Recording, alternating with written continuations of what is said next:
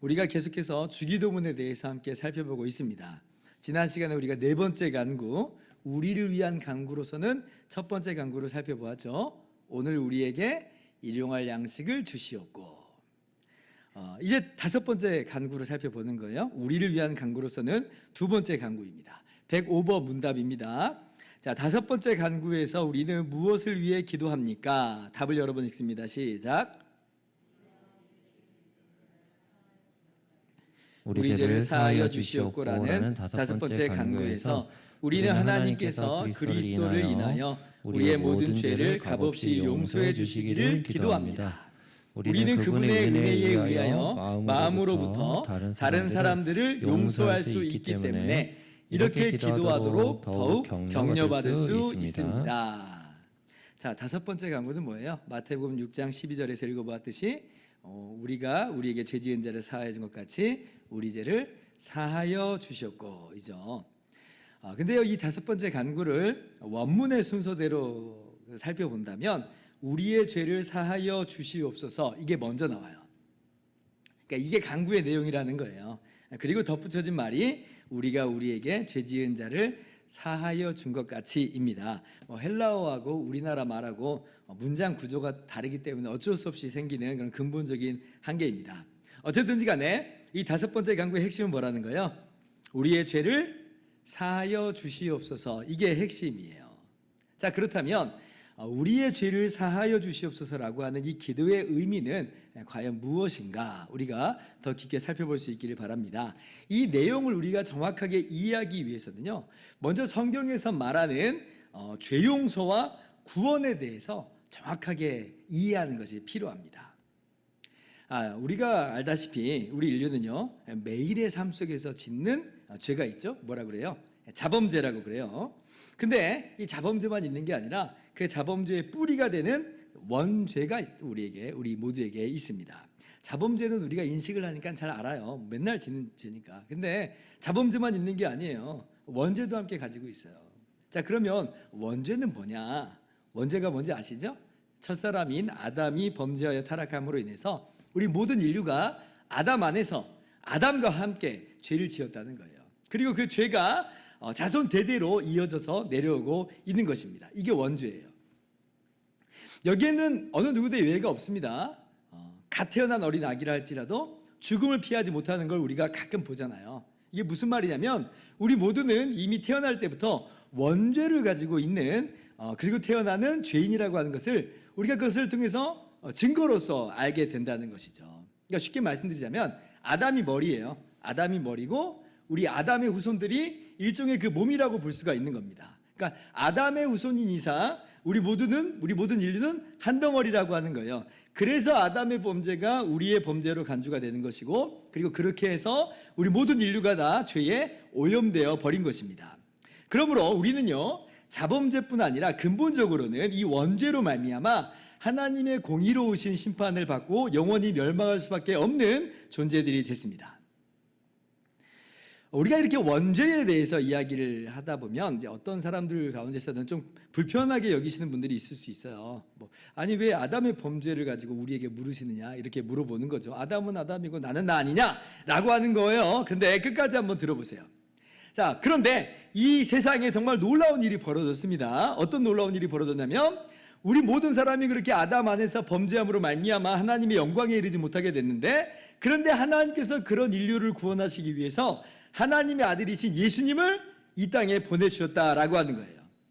그래서 예수님께서 성령으로 잉태되셔서 동정녀 마리아에게서 나셨죠. 이게 무슨 말이냐면 우리와 똑같은 사람이로되 원죄하고는 무관한 그런 흠없는 사람으로 태어나신 거라는 것입니다. 다시 한번 말씀드리자면 아담과의 혈연적 연속성은 가지고 있지만, 그러나 어떤 위치로서 태어났냐면 창조 때 죄가 없었던 아담과 똑같은 위치, 그러니까 제2의 아담, 둘째 아담으로 이 땅에 오셨다는 거예요. 그러니까 예수님은 죄가 없이 태어나셨어요. 그리고 일생 죄가 없는 삶을 사셨고, 그리고 마침내는 하나님의 아버지의 말씀에 순종하셔서 우리를 대신해서 십자가에 오르시기까지 하셨습니다. 우리가 우리 죄값으로 말미암아 이 모든 죄의 형벌을 다 받아야 되는데, 그런데 죄 없으신 예수님께서 우리의 죄를 다 짊어지시고 십자가에서 달려 죽으신 거예요. 그렇게 우리의 모든 죄값을 다 치러 주셨다라고 하는 겁니다. 마태복음 20장 28절 말씀 봅니다. 같이 한번 읽어볼까요? 시작. 인자가 온 것은 섬김을 받으려 함이 아니라 도리어 섬기려 하고 자기 목숨을 많은 사람의 대속물로 주려 함이니라. 자, 예수님께서 오신 이유, 그 목적을 분명하게 밝히고 있죠. 자신의 목숨을 많은 사람의 대속물로 주려 함이니라. 자, 대속물이라고 하는 것은 그 사람이 치러야 될 대가를 대신 치러 주신다는 거예요. 그 사람이 그래서 스스로 대가를 치른 것이 없음에도 불구하고 다 치른 것으로 간주가 된다는 겁니다. 이게 바로 대속물이라고 하는 대속물. 그래서 이 대속물로 말미암아 거저 자유와 해방을 얻게 된 것이에요. 그렇게 예수님은 대속물로서 십자가에 오르셨다라고 하는 거예요. 그리고 예수님이 죽으실 때에 다 이루었다 그래요. 그러니까 대속물로서의 모든 일을 다 이루신 거예요. 완성했다는 겁니다. 이 모든 죄값을 다 대신 치러 주셨다는 거예요. 자, 그런데 한번 생각해 보세요. 예수님이 어떤 사람의 죄값을 다 치르셨다는 건가? 누가 거저 그래서 죄 용서함 받고 의롭다함을 얻었다라고 하는 것인가? 라고 하는 것이에요. 모든 인류예요? 아니죠. 만약 모든 인류의 대속물로서 그렇게 하셨다면 모든 인류가 다 죄 용서받고 다 구원받게 될 것인데, 근데 성경은 모든 인류가 다 구원받는 거라고 결코 말씀하시지 않잖아요. 그죠? 그러면 어떤 사람들의 대속물로 주님께서 이 값을 치르셨느냐라고 할 때에 예수님과 하나를 이루게 되는 그 사람들을 위해서 예수님이 죄값을 치르신 것이고 그렇게 대속물이 되어주셨다는 거예요. 그러므로 그 사람들은 아무 한 일이 없는데도 불구하고 예수님과 그렇게 하나가 된 것으로 인해서 거저 죄값을 다 치른 것으로 간주가 된다는 것입니다. 사도행전 20장 28절을 봅시다. 자, 아까는 마태복음 20장 28절이었는데 지금은 사도행전 20장 28절이에요. 외우기 쉽죠? 한번 또 같이 읽어볼까요? 시작. 여러분은 자기를 위하여 또는 온 양떼를 위하여 삼가라.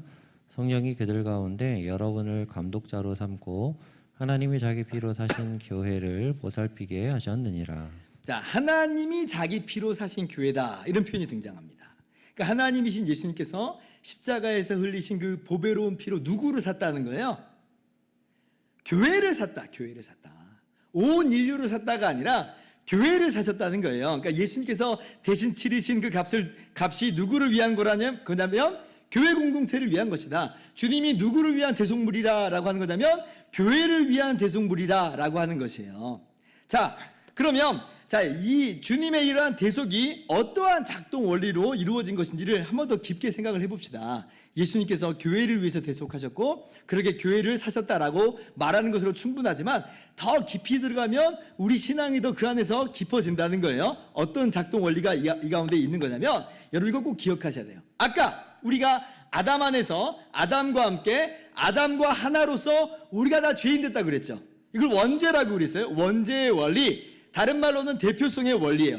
근데 이 원리가 여기에 똑같이 우리의 구원받음에 있어서도 작동된다는 거예요. 예수님은 죄가 없으신 인류로서 둘째 아담으로서 마지막 아담으로 오셨어요. 그리고 우리 교회 공동체가 그 예수님 안에서 예수님과 함께 예수님과 하나가 되어서 거저 죄 용서함을 받고 의롭다함을 받게 되는 겁니다.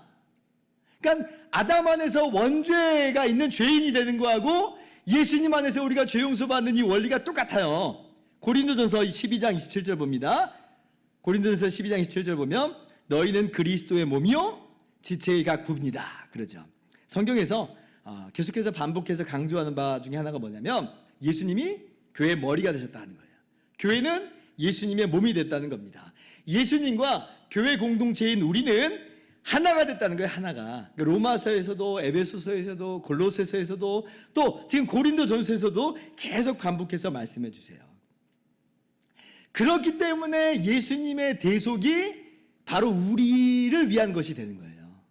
그러니까 예수님께서 우리를 위해서 대신 십자가에서 피 흘려 죽으셨습니다. 예수님이 대속하셨습니다. 라고 하는 것이 그냥 말로서만이 아니라 예수님과 우리가 그렇게 신비하고 친밀한 하나가 되는 이 연합 안에서 실제로 예수님이 우리의 죄를 다 대속하신 거예요.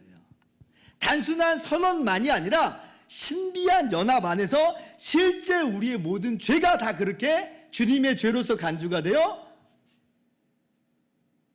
우리가 용서받았다, 죄 용서받았다라고 하는 것이죠. 그래서 우리가 하나님 안에서 어떠한 존재로 간주가 되냐면 더 이상 우리 자신만으로 간주되는 게 아니에요.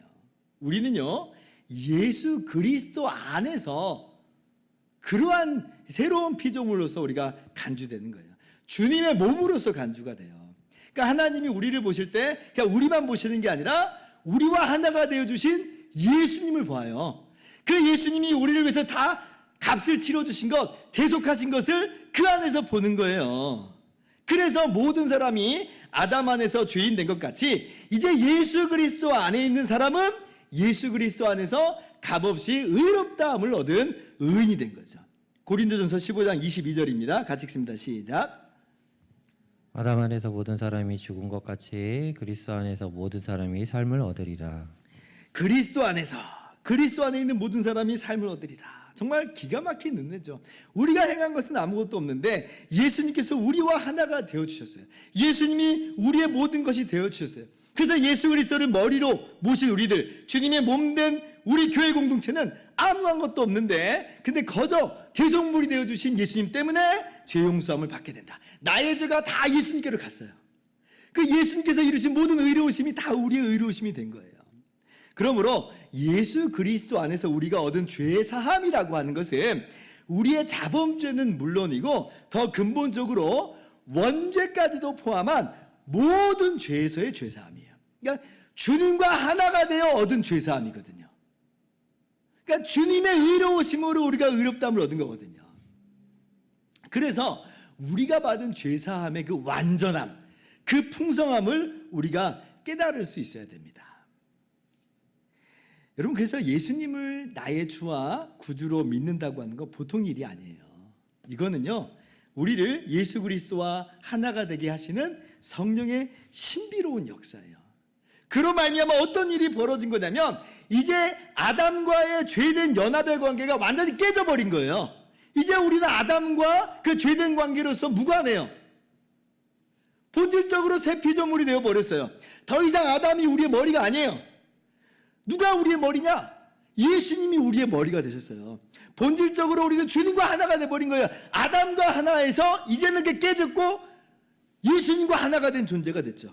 아담 안에서는 죽은 자로 되고 예수 그리스도 안에서 우리는 새로운 피조물로서 새로운 생명으로서 거듭난 존재가 됐다라고 하는 것입니다. 이게 주님과 하나가 됐다는 거예요. 이게 주님과 연합하게 되었다는 거예요.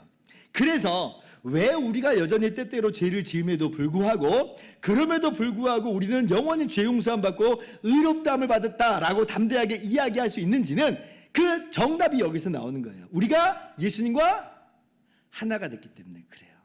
지극히 의롭고 거룩하신 주님과 하나가 됐기 때문에 주님이 우리 교회의 머리가 되셨기 때문에 우리가 주님의 그 몸이 되었기 때문에 우리는 예수 그리스도 안에서 거저 영원히 완전하게 의롭다함을 얻은 존재가 된 것입니다. 제가 오늘 주기도문을 강의하는데 이 진리를 굉장히 길게 설명하는 이유가 있어요. 이 진리가 분명히 우리 가운데 서 있어야지만 우리가 우리의 죄를 사하여 주시옵소서라고 하는 그 기도를 제대로 이해할 수 있기 때문에 그렇습니다. 여러분, 우리의 죄를 용서해달라고 하는 것은요, 우리의 죄가 본질적으로 용서함을 받지 못했기 때문에 우리가 용서함 받은 존재가 아니기 때문에 그렇게 예수님께 그렇게 죄 용서해달라고 기도하는 게 아니에요. 예수님께서 그런 의미에서 우리에게 그렇게 회개하라고 가르치신 게 아니라고 하는 겁니다. 혹은 우리가 용서함을 받았다고 하더라도 또 죄를 지으면 용서함 받지 못한 상태로 전락해 버리기 때문에 그래서 죄 용서함을 구하라라고 그렇게 가르치신 것도 아니라라고 하는 거예요. 그러니까 이 성경적 진리를 큰 틀에서 제대로 보지 못하면 우리가 헷갈릴 수도 있어요. 근데 성경적인 진리를 큰 틀에서 봐야 돼요. 우리는요, 예수 그리스도 안에서 예수 그리스도의 보배로운 피로 영원히 죄 용서함 받았어요. 예수님 믿는 우리는 예수님과 함께 대해서 죄에 대해서 죽었고 죄값을 다 치른 자로 간주가 되었으며 주님의 부활과 함께 새로운 피조물로 다시 거듭난 것입니다. 믿으시기 바랍니다. 히브리서 10장 17절 18절. 자, 또 그들의 죄와 그들의 불법을 내가 다시 기억하지 아니하리라 하셨으니, 같이 읽습니다. 이것들을 사하셨은즉 다시 죄를 위하여 제사 드릴 것이 없느니라. 이것들을 사하셨은즉 다시 죄를 위하여 제사 드릴 것이 없느니라. 아멘. 우리가 이것을 분명히 깨달아야 됩니다. 어떤 사람들은 이런 분들이 간혹 있어요. 예수님 믿을 때 회개한 것은 원죄나 혹은 과거의 죄만 해당하는 것이고 그 이후에 짓는 죄들은 그때그때 회개함으로 다 해결해야만 하는 것이다. 이렇게 가르치는 사람들, 이렇게 이해하는 사람들이 있는데 여러분 결코 그렇지 않습니다.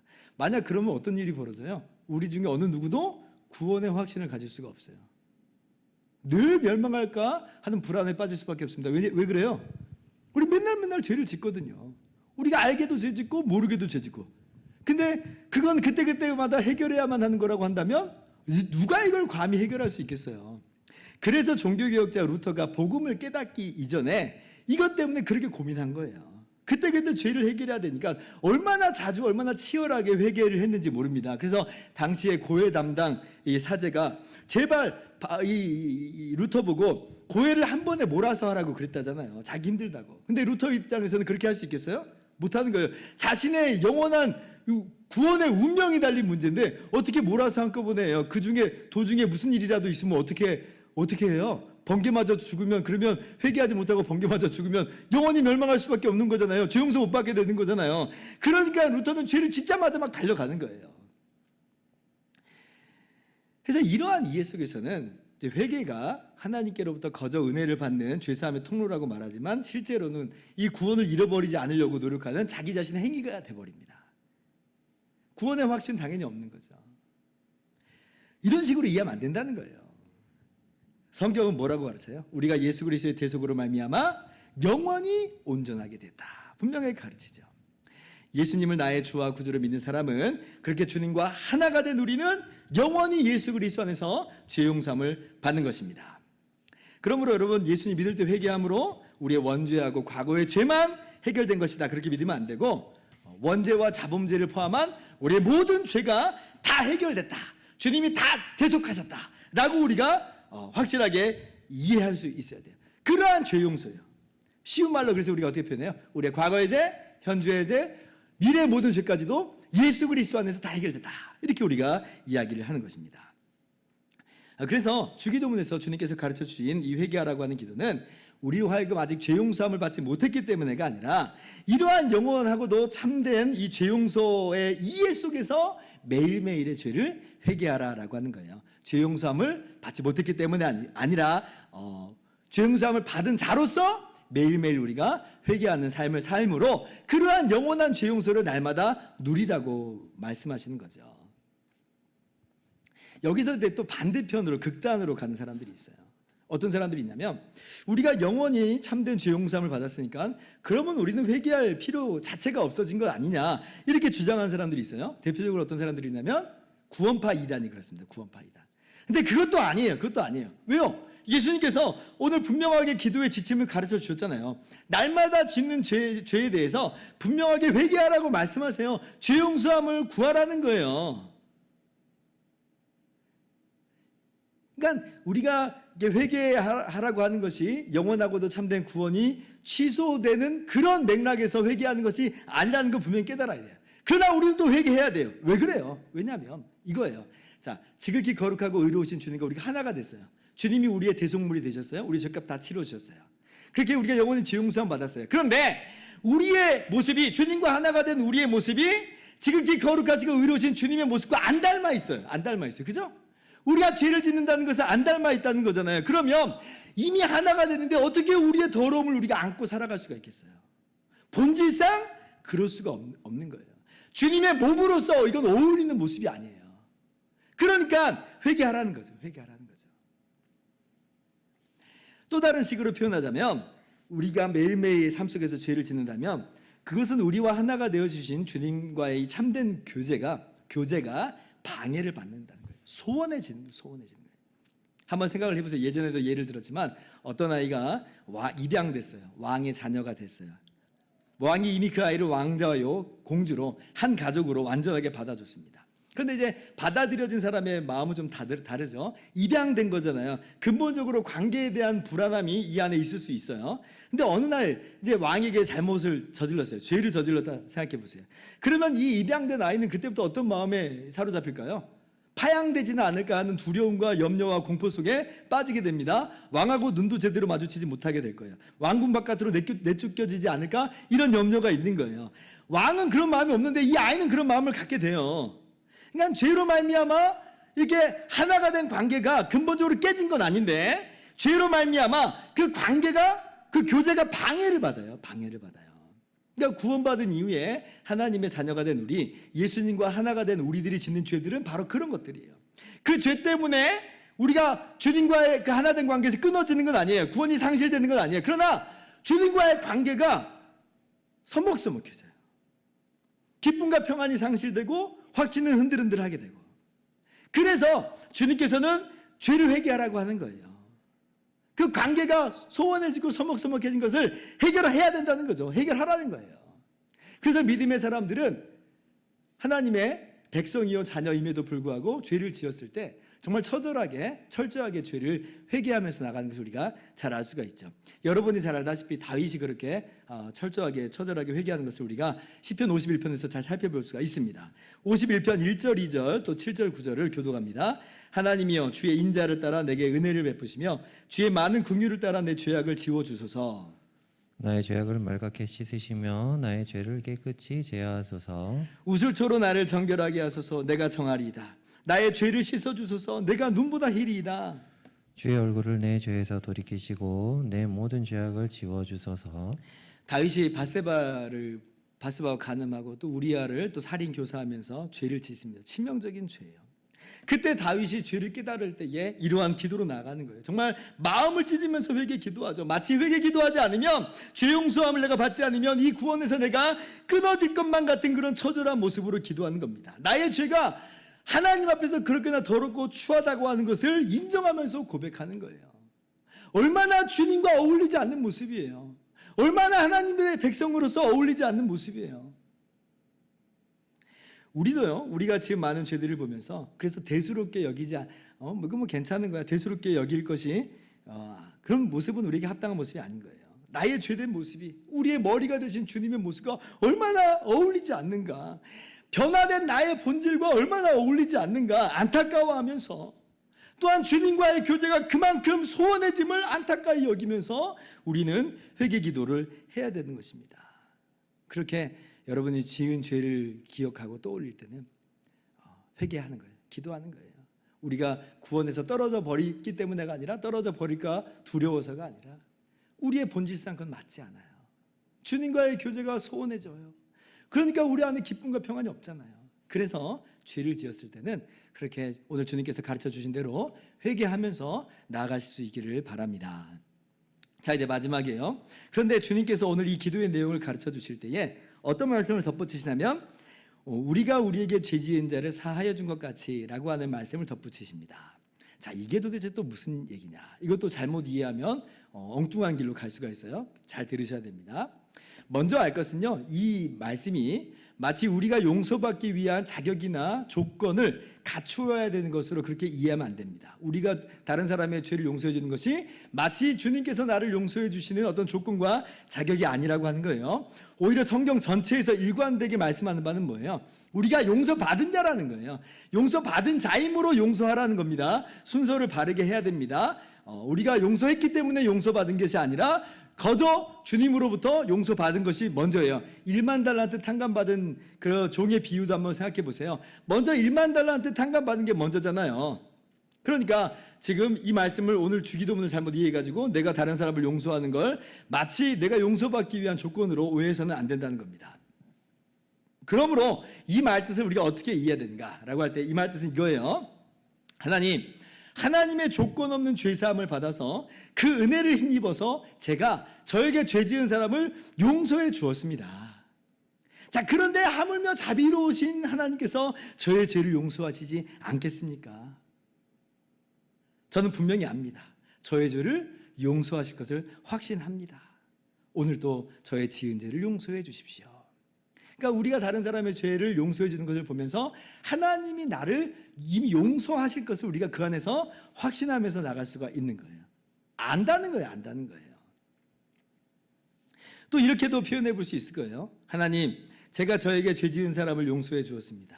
이걸 보니 정말 제가 하나님께 거저 죄 용서함 받은 사람이 맞구나라고 다시 한번 확신하게 됩니다. 예전에 저라면 도저히 용서 못했을 텐데, 근데 제가 다른 사람을 용서할 수 있는 거 보니까 이게 저에게서 비롯된 게 아니라 하나님께서 제게 이루신 놀라운 생명의 역사인 줄을 믿습니다. 제가 하나님께 용서받은 하나님의 자녀라고 하는 것을 다시 한번 내가 확신합니다. 그러하오니 아버지 오늘 저의 죄를 용서해 주세요. 그러니까 다른 사람을 용서하는 것이 내가 용서받은 자임을 그 증거로서 알게 된다는 거죠. 그러니까 내가 지금 죄를 지었음에도 불구하고 하나님의 자녀를 확신할 수 있으니까, 그러니까 하나님의 은혜의 보좌 앞으로, 죄 용서함을 하시는 하나님의 은혜의 보좌 앞으로 담대히 나아갈 수가 있게 되는 거예요. 회개 기도할 수 있게 되는 거예요. 두려움과 공포 속에서 회개 기도하는 게 아니라 이런 것들을 볼 때에, 내가 다른 사람의 죄를 용서하는 그 모습을 볼 때에 우리는 아버지 앞으로 나아가게 되는 것이다 라고 하는 겁니다. 여러분 이해가 되셨을 거라고 생각합니다. 그래서 이 말씀을 마치 우리가 죄 용서함 받기 위한 조건으로 이해해서는 안 된다라고 하는 것입니다. 자, 그러나 그렇다고 해서 마치 다른 사람을 굳이 용서하지 않아도 되는 것처럼 또 그렇게 오해하시지는 말기를 바랍니다. 나는 이미 다 내가 용서받은 자고 하나님의 자녀라고 하는 걸 다 알고 있으니까 다른 사람 나는 굳이 용서할 필요가 없어, 그래도 나는 회개할 수 있어 라고 하는 그런 거 아니라는 거예요. 왜냐하면 보세요, 우리가 다른 사람을 용서하는 것은요, 우리가 용서함 받은 자라고 하는 것을 분명히 보여주는 확실한 증거가 된다고 했습니다. 좋은 나무에서 좋은 열매가 맺는 거예요. 근데 용서하지 않는 것은, 그럼 나는 도대체 어떤 나무예요? 그러니까 용서하는 것이 우리의 마땅한 모습이에요. 그것이 조건이 되기 때문에 아니라 우리의 변화된 본성 속에서 마땅히 해야 될 바입니다. 주님께서 이 부분을 결코 가볍게 용서해도 그만이고 용서하지 않아도 그만이고 이렇게 가볍게 지나가지 않으셨어요. 마태복음 18장 35절 말씀 같이 읽어봅시다. 시작. 너희가 각각 마음으로부터 형제를 용서하지 아니하면 나의 하늘 아버지께서도 너희에게 이와 같이 하시리라. 주님께서 1만 달란트 탕감받은 종의 비유를 가르쳐 주실 때에 마지막으로 요점으로 분명하게 말씀하신 내용입니다. 죄 용서하는 것은 죄 용서함 받은 자의 마땅한 모습이에요. 본질이에요, 본질. 그걸 분명하게 말씀해 주시는 거예요. 이것이 우리의 신앙생활에서 그래서 얼마나 핵심적인 부분인지를 분명하게 짚어주시는 거죠. 그래서 우리가 회개 기도할 때 반드시 우리의 삶을 좀 돌아볼 필요가 있어요. 우리가 다른 사람을 과연 용서하고 살아가는가? 우리가 용서함 받았으니 용서함을 베푸면서 사는 것은 너무 마땅한 모습이에요. 그렇게 살아야 되는 거예요. 다짐해야 돼요. 주님의 도우심을 구하는 거예요. 제가 용서함 받았으니 주님 저도 용서하겠습니다라고 하는 다짐과 결심이 그 기도 안에서 함께 녹여져 있어야 됩니다. 그래서 우리가 우리의 죄를 사해달라고 기도할 때 이런 기도를 더하면 좋을 것 같아요. 주님, 다른 사람을 용서하지 못한 사람이 어떻게 하나님께 용서함을 받을 수 있겠습니까? 우리는 그만큼 용서받을 수 없는 엄청난 죄인들입니다. 죄 용서함을 구할 수조차도 없는 죄인들임을 고백합니다. 그러나 자비로우신 하나님께서 이 못난 죄인을 예수 그리스도 안에서 영원히 용서하시고 영원히 우리를 의롭다 해주시니 정말 감사합니다. 눈물로 감사합니다. 감격합니다. 그래서 하나님 아버지 다시 한번 다짐합니다. 주님께 받은 이 놀라운 큰 용서를 힘입어서 나에게 죄 지은 자를 용서하겠습니다. 용서할 수 있게 해주십시오. 그들이 나에게 지은 죄가 아무리 크다 한들 내가 주님께로부터 받은 용서보다는 작습니다. 그러므로 용서하겠습니다. 도와주세요. 이러한 기도로도 우리가 아울러 나가는 것입니다. 괜찮죠? 감사합니다.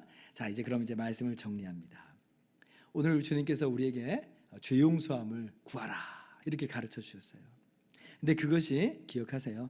하나님께로부터 우리가 받은 그 죄 용서, 예수 그리스도의 그 십자가의 보배로운 피로 말미암아 우리가 그리스도와 하나가 됨으로 말미암아 받은 그 죄 용서, 영원하고도 참된 죄 용서가 없기 때문에 구하라, 그런 의미는 아니다라고 하는 거예요. 우리는 예수 그리스도 안에서 하나가 됨으로 말미암아 우리의 대속물이 되어 주신 예수님 때문에 우리는 영원하고도 참된 죄 용서함을 받은 사람입니다.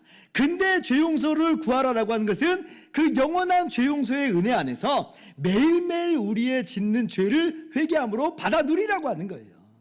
그래서 우리가 매일 짓는 죄를 회개하라라고 하는 것입니다. 하나님께서는 영원히 죄 용서하시는 그 은혜 안에서 오늘 또 우리의 그 회개를 들으시고 우리에게 죄 용서의 은혜를 누리게 하십니다. 그리고 마지막으로 우리가 거저 죄 용서 받은 우리가 어떻게 살아가는 것이 마땅하다? 다른 사람의 죄를 용서하면서 살아가는 것이 마땅하다. 이런 다짐이 우리 가운데 있기를 바랍니다. 그래서 그래서 그렇게 우리가 우리 죄를 사하여 주옵소서라고 오늘도 기도하면서 나갈 수 있기를 주님의 이름으로 축원합니다.